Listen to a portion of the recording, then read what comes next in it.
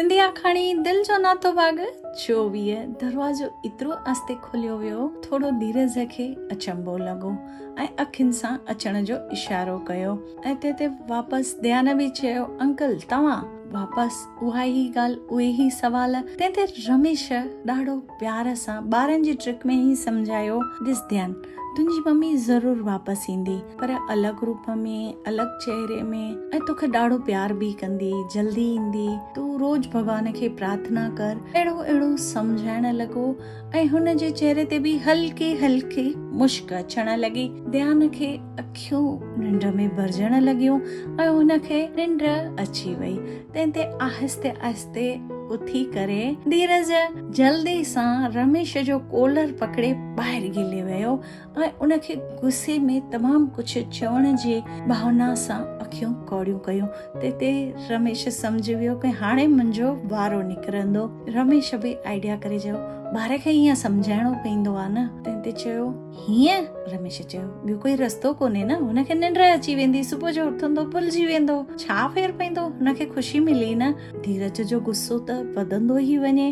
तंहिं ते रमेश फटाफट ॻाल्हि फेराए ऐं चयो, मूंखे सुभाणे वञिणो आहे, ॾाढा कम आहिनि ऑफिस जा, ओके बाय। ईअं ॻाल्हि कटे करे तकिड़ो हली वियो ऐं धीरज कुझु बि न करे सघियो। हू बि कंहिं ॻाल्हि ताईं सम्झे पियो त ॿार खे सम्झण जा तरीक़ा एतिरा ई अलॻि थी था सघनि। ख़ैर सुबुह थिए, सभु टाइम अनुसार कम थियण लॻा, हर को पंहिंजे रूटीन अनुसार चेंज थींदो वियो। वापसि स्कूल में ध्यान जो हेॾे होॾे निहारण, उन छोकिरीअ खे ॻोल्हण ऐं हथ पकड़े उनखे सॉरी चयो। सांझीअ बि चयो, कोई ॻाल्हि न आहे, असां अॼु तोखे माफ़ करे था सघूं।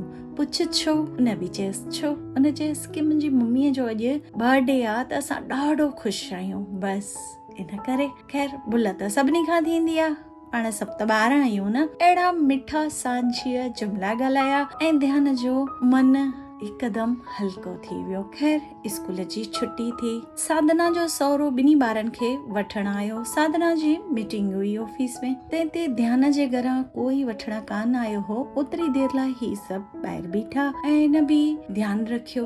तंहिं ते साधना जो सहुरो बि आराम सां ॿारनि सां ॻाल्हियूं पियो करे ऐं साम्हूं खां रमेश खे ईंदे ॾिठो। रमेश अची सिधो हुनखे पेरे पियो। रमेश सिधो चयो, अंकल तव्हां? उन बि चयो, हा साधना जी मीटिंग हुई।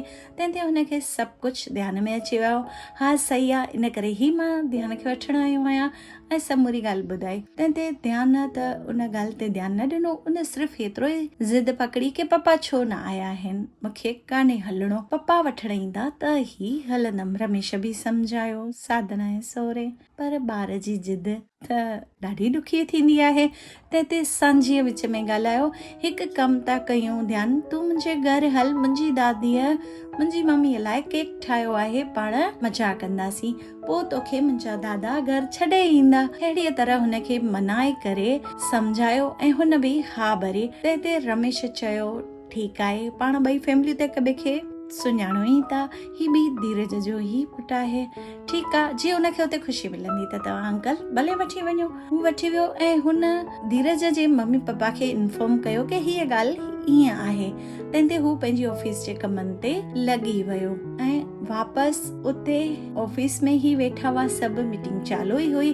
उन दरमियान साधना खे फोन आयो ऐं साधना हिकदमि ढिली पइजी वई ऐं सॉरी चई करे मीटिंग छॾे उन घर वञण लाइ इजाज़त घुरी। मूंखे ज़रूरी आहे, इमरजेंसी आहे, मूंखे वञिणो ई पवंदो घर, सॉरी मां मीटिंग अध में छॾियां थी। उन मीटिंग छो छॾी उहो पाण अॻिते एपिसोड में ज़रूरु ॿुधंदासीं।